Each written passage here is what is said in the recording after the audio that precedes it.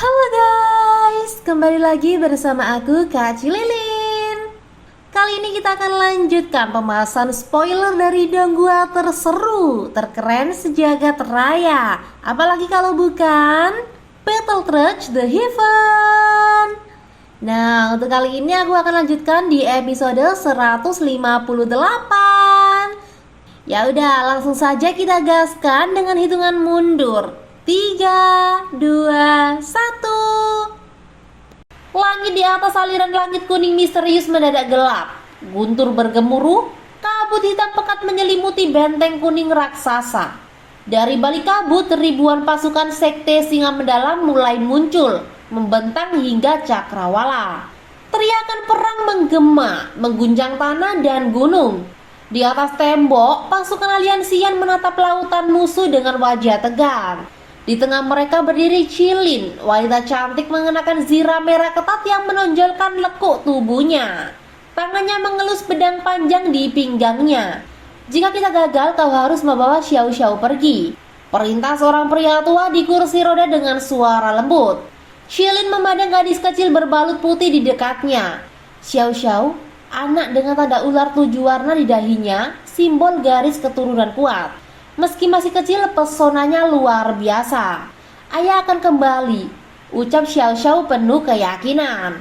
Cilin mengelus kepala putrinya penuh kasih, lalu menatap Xiao San yang berdiri di dekat mereka. Apakah ayahnya benar-benar akan kembali?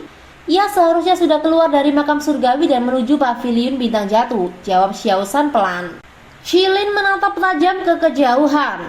Jika benteng ini jatuh, bawa Xiao pergi. Kalau sesuatu terjadi padanya, aku tak akan memaafkan Xiaoyan meskipun aku mati. Xiao San mengangguk pelan, sadar betul akan sifat keras kepala Cilin. Cilin, kau sudah berkorban terlalu banyak untuk aliansian dan klan Xiao.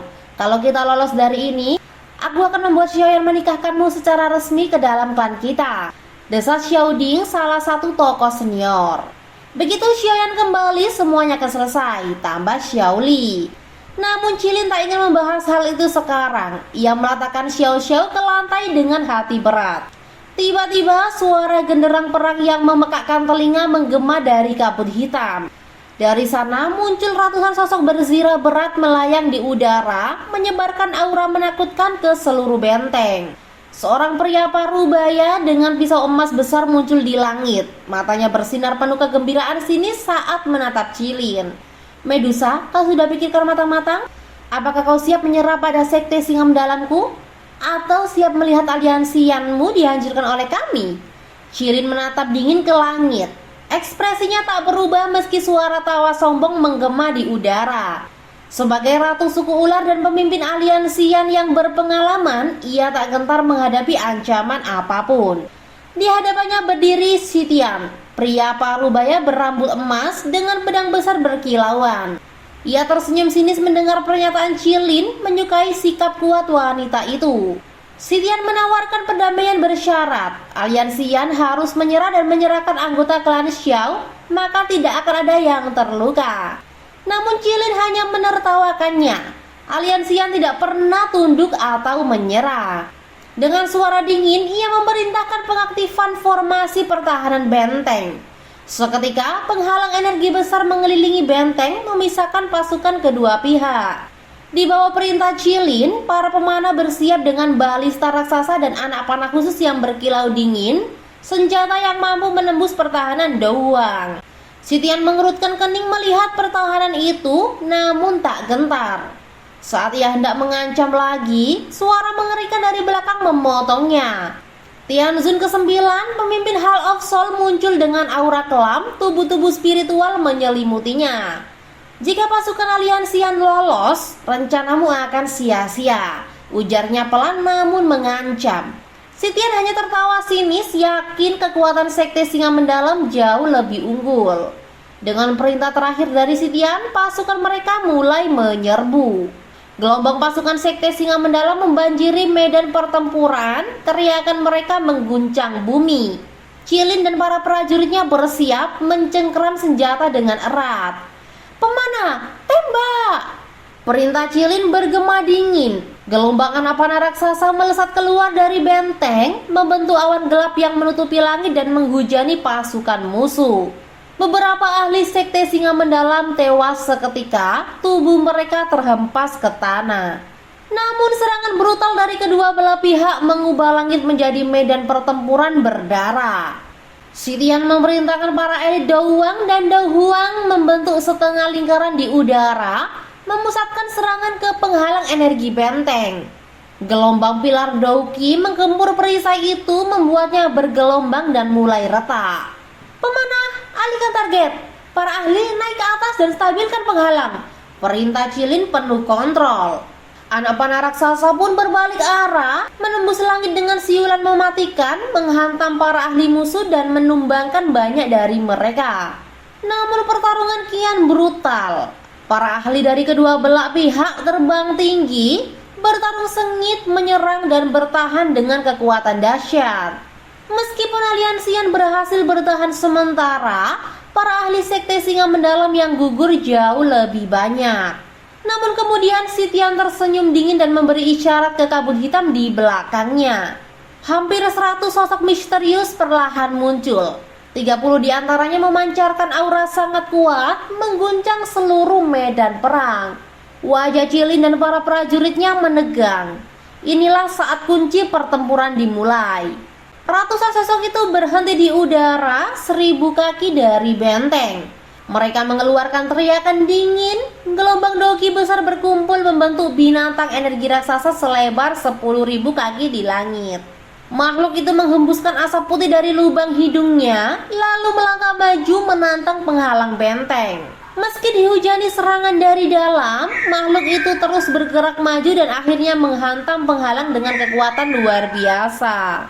Benteng berguncang hebat. Wajah para prajurit memucat saat melihat perisai pelindung mereka mulai retak. Dengan satu ledakan keras, penghalang itu pun hancur berkeping-keping. Pasukan sekte singa mendalam pun menerobos masuk.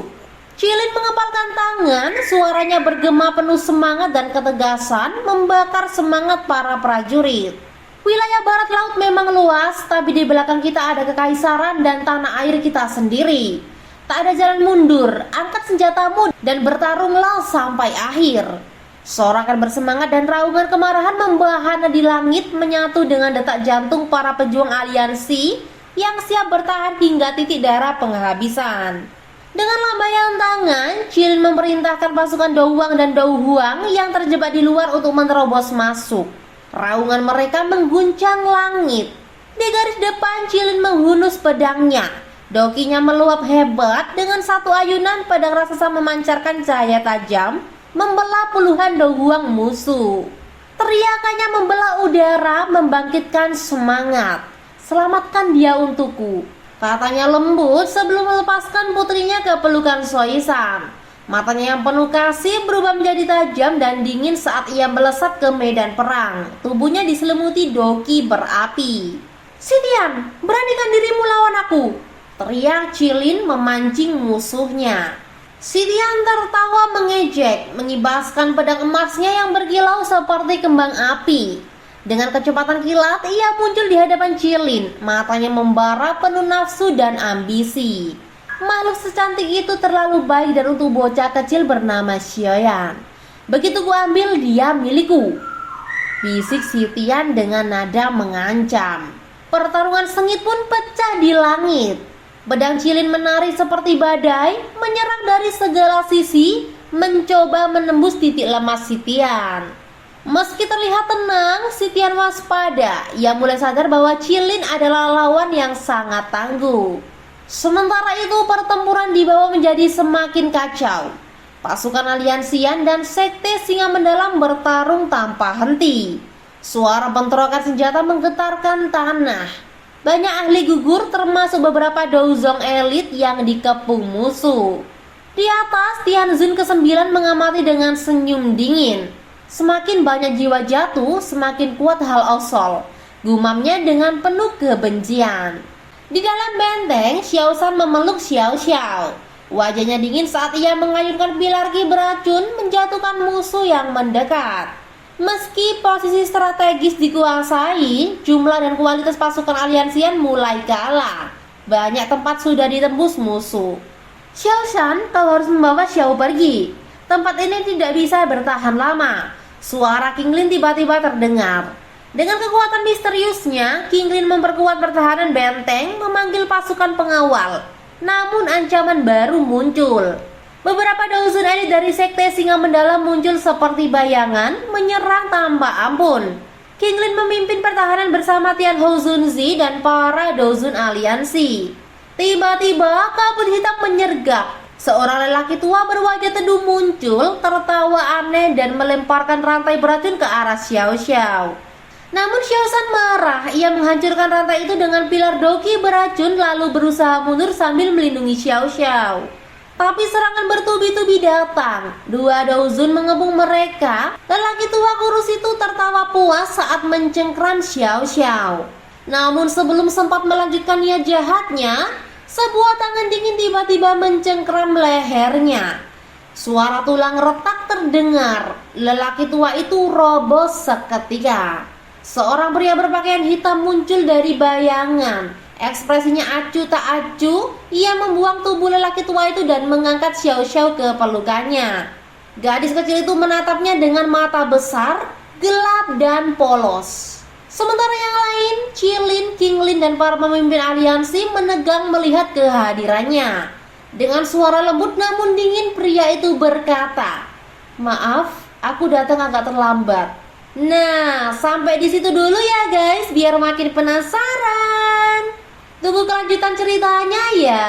Jangan lupa like, comment, share, dan subscribe biar kalian gak ketinggalan update kisah cinta, kultivasi, dan chaos di dunia Battle Tracks The Heaven. Sampai jumpa dan salam spoiler dari Kak Cililin, si pengabdi alur cerita dan pengendali spoiler sejati.